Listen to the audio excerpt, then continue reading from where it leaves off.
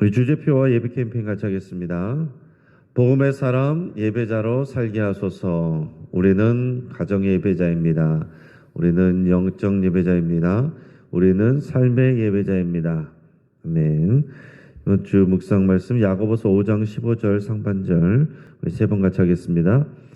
믿음의 기도는 병든 자를 구원하리니 주께서 그를 일으키시리라. 믿음의 기도는 병든 자를 구원하리니 주께서 그를 일으키시리라. 믿음의 기도는 병든 자를 구원하리니 주께서 그를 일으키시리라.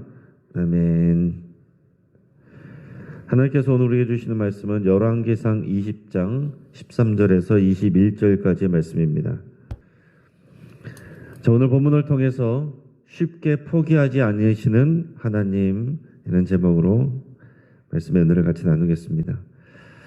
가수 양희은 씨가 부른 상록수라는 노래가 유명하죠.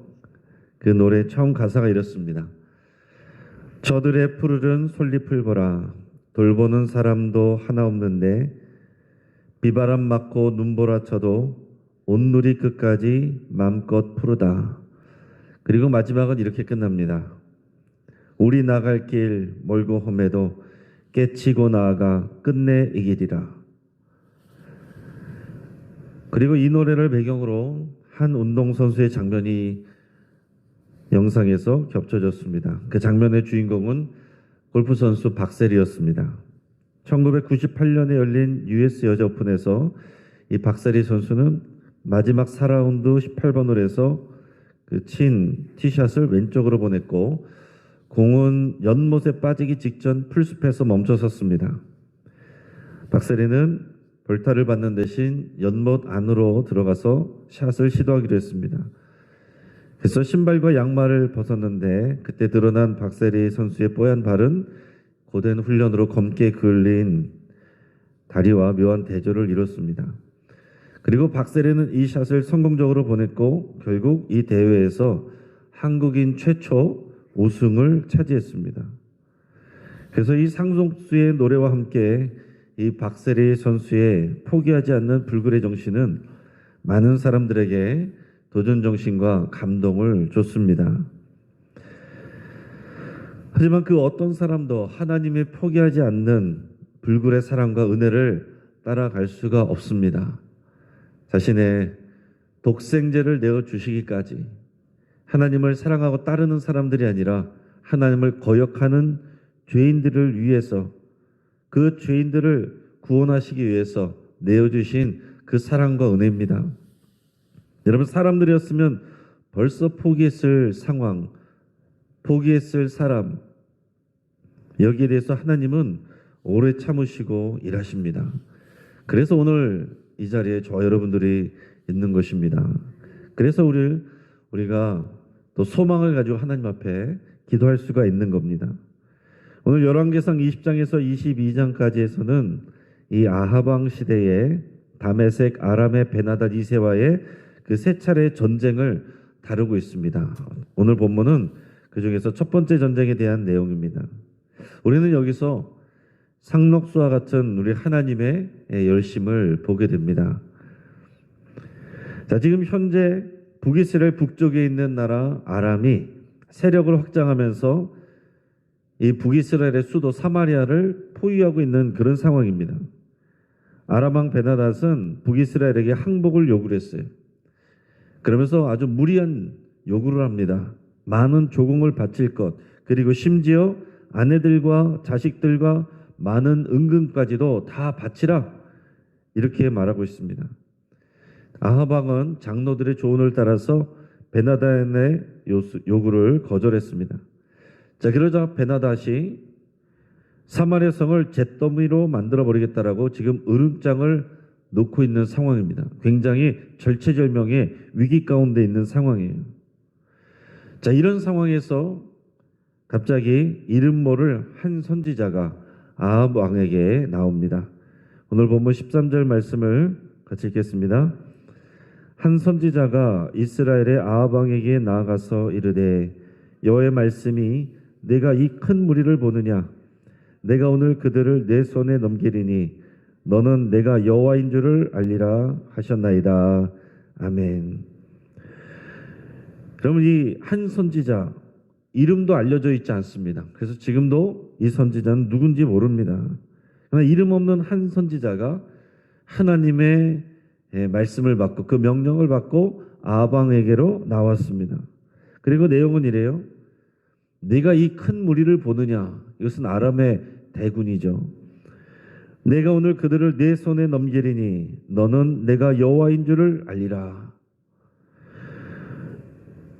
여러분, 그 당시 많은 여호와의 선지자들이 아방의 아내인 이세벨에게 죽임을 당했습니다.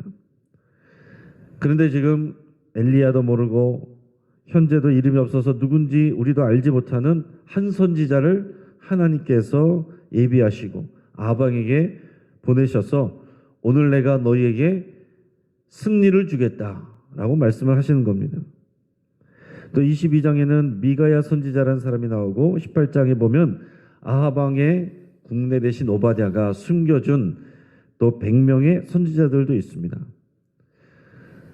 우리 새벽에 다루진 못했는데 본문 앞에서 엘리야 선지자는 갈멜살 산 대결 이후에 목숨 부지하기 위해서 도망가다가 로뎀나무 아래에서 너무 힘들고 외로워서 죽기를 간청했었습니다. 엘리야는 이렇게 목숨 걸고 하나님의 명령을 따르는데 자기 혼자인 것 같았거든요. 다 죽고 자기 혼자서만 이렇게 애쓰고 이렇게 고생한다고 생각을 했거든요. 근데 하나님은 그때 엘리야에게 뭐라고 말했습니까? 바알에게 무릎 꿇지 않은 7,000명이 있다, 이렇게 말씀하셨어요. 그리고 앞에서 방금 전에 말씀드린 여러 선지자들도 있습니다. 나 혼자인 것 같아도 또 하나님께서 준비하시고 사용하시는 또 많은 사람들이 있다는 거예요. 지금 지독히도 말을 안 듣는 아하방인데 하나님께서는 포기하지 아니하시고 한 선지자를 보내셔서 아람의 대군을 반드시 이기게 하시겠다라고 약속을 해주십니다. 도대체 왜 이렇게까지 하는 것일까요? 우리 하나님은 왜 이런 사람을 돕는 것일까요? 하나님께서 말씀을 전하실 때 이렇게 말했습니다. 오늘 너희에게 승리를 준다 말씀하시면서 이로써 너는 내가 여호와인 줄을 알리라. 이게 여러분 하나님의 마음입니다. 지금 이런 상황들, 고난의 상황들, 그러나 또 하나님께서 이 고난을 역전시키는 상황들, 이것을 통해서 하나님이 원하시는 것은 이 아하방이 그리고 이스라엘 백성이 여호와 하나님이 참 하나님인 것을 알기를 원하시는 겁니다. 그것을 알기를 그렇게 원하셔서 출애굽 때 여러 가지 역사로 기적으로 또 인도하시고 여기 왕정시대까지 분열왕국 시대까지 인도하고 계시는데 끊임없이 이 왕들과 그리고 백성들은 하나님을 잊어버리고 우상에게로 합니다. 하나님은 그들을 버릴 수도 있는데 하나님 포기하지 아니하시고 계속해서 도우시고 기다리시고 또 선지자를 보내시고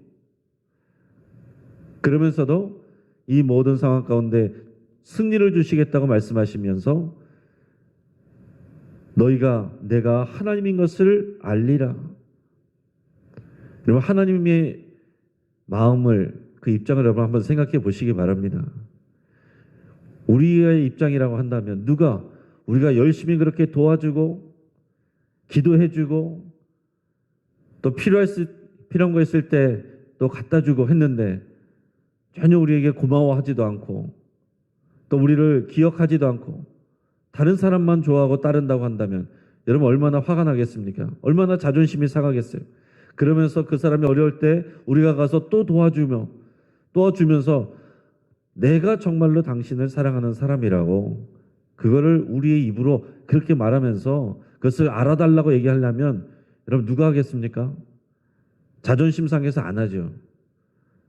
그 사람 안 봐버리고 말죠. 다시는 내가 돕나봐라. 다시는 그 사람 보나봐라.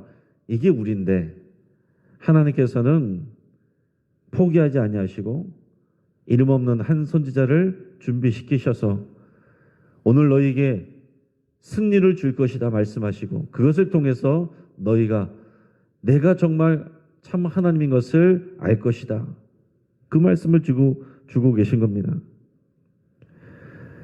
그냥 크게 혼내시든지 버리시든지 하면 편할 텐데 하나님은 얼마든지 그러실 수 있는 주권이 있으신 분인데 하나님은 굳이 이런 복잡한 상황을 거쳐서 일하고 계십니다. 그런 하나님의 마음을 여러분 잘 헤아리시기를 바랍니다. 이것이 우리를 향한 마음이기 때문에 그렇습니다. 자, 아람의 군대는요 29절을 참고하면 대략 10만 명으로 추산됩니다. 아합은 이 전쟁의 승리를 그러면 누구를 통해서 주시겠습니까? 라고 물어봤습니다. 그랬더니 하나님께서 이 선지자를 통해서 그 계획을 말씀해 줍니다. 14절에서 15절까지 말씀을 같이 읽겠습니다. 아합이 이르되 누구를 통하여 그렇게 하시리이까? 대답하되 여호와의 말씀이 각 지방 고관의 청년들로 하리라 하셨나이다. 아합이 이르되 누가 싸움을 시작하리이까? 대답하되 왕이니이다. 아합이 이에 각 지방 고관의 청년들을 계수하니 232명이요 그 외에 모든 백성 곧 이스라엘의 모든 자손을 계수하니 7,000명이더라. 아멘. 자, 지금 이 아람의 10만 대군이 와 있는데 누구를 데리고 가서 이 싸움을 하면 되겠습니까?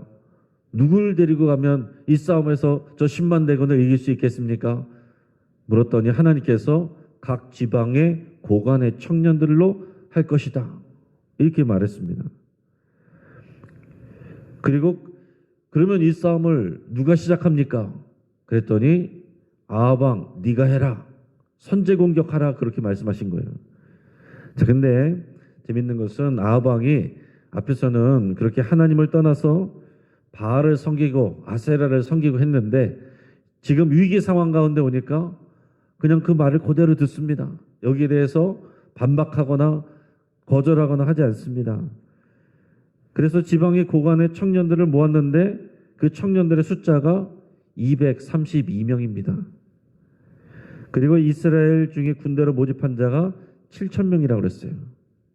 그러니까 7,232명이 되겠죠. 이 7,000명이라는 숫자는 상징적인 숫자일 수도 있습니다. 앞에서 하나님께서 엘리야에게 바알에게 무릎 꿇지 않은 7,000명이 있다라고 그랬는데 그 7,000명이나 여기서 있는 7,000명이나 하나님께서 상징적으로 주시는 그런 숫자일 수도 있어요. 실제로는 7,000명이 안 될 수도 있습니다. 아무튼 여기서 7,000명과 고관의 청년들 232명 그래봤자 7,232명인데 10,000명도 안 되는 인원으로 지금 10만 대군을 하나님께서 이기게 하시겠다. 그리고 너희가 먼저 선제 공격하라. 이렇게 말씀을 하는 겁니다. 인간적인 생각으로는 말도 안 되는 것 같죠. 그리고 이 인원 데리고 어떻게 선제 공격합니까? 그런데도 아합 왕이 다른 말 없이 그대로 오늘 본문에 보면 순종하고 있습니다.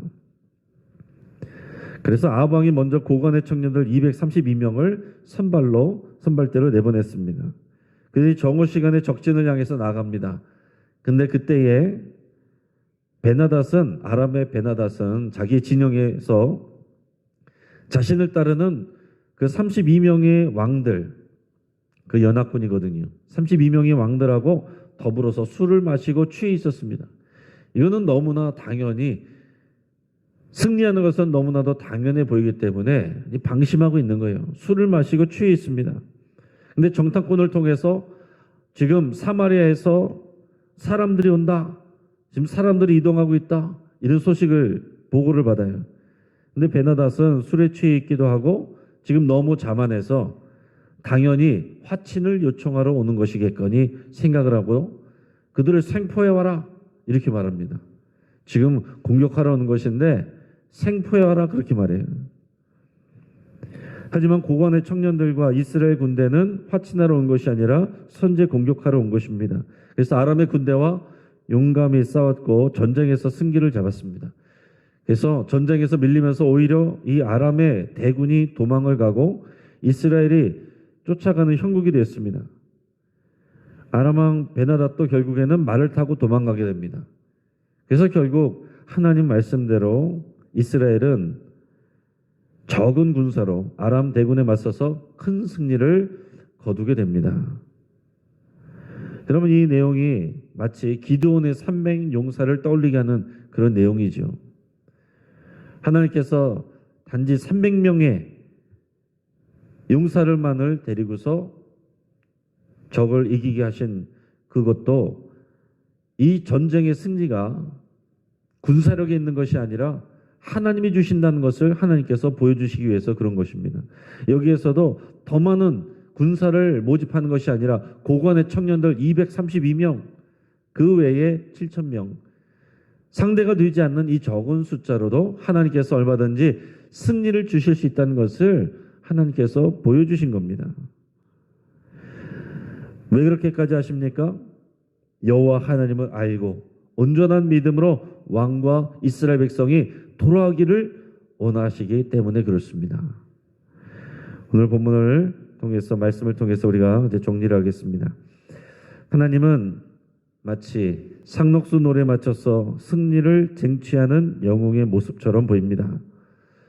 여러분, 하나님의 이 큰 능력보다 더 대단한 것은 하나님께서 그 큰 능력을 소유하시고서도 불순종하는 왕과 백성을 참고 내버려 두신다라는 사실입니다.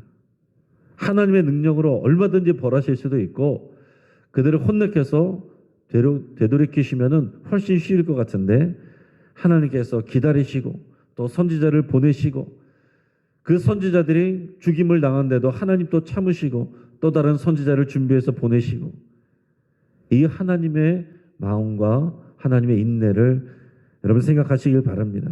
포기하지 않는 하나님의 인내와 또 그 사랑, 그것이 바로 오늘 우리를 향한 하나님의 일하심이고 하나님의 모습입니다. 하나님께서 엘리야 외에도 많은 선지자를 준비하셨습니다. 오늘 본문에서처럼 이름이 알려지지 않은 한 선지자를 통해서도 말씀하시고 역사하십니다. 여러분, 하나님께서는 하나님의 원하시는 일을 하실 때에 우리가 생각하지 못하는 다양한 방법, 다양한 사람을 통해서 얼마든지 하신다는 것을 여러분 꼭 기억하실 수 있길 바랍니다. 내가 생각하는 이 사람과 이 환경과 이 방법, 그거 아니어도 하나님은 얼마든지 일하시고 하나님의 뜻을 성취하신다는 겁니다. 바로 우리를 구원하시고 사랑하기 위해서 하나님은 다양하게 준비하고 계시고 또 다양하게 일하시는 하나님이십니다. 그런 다양한 상황 속에서 여러분 하나님의 일하심을 보시고 하나님의 사랑을 누리실 수 있길 바랍니다.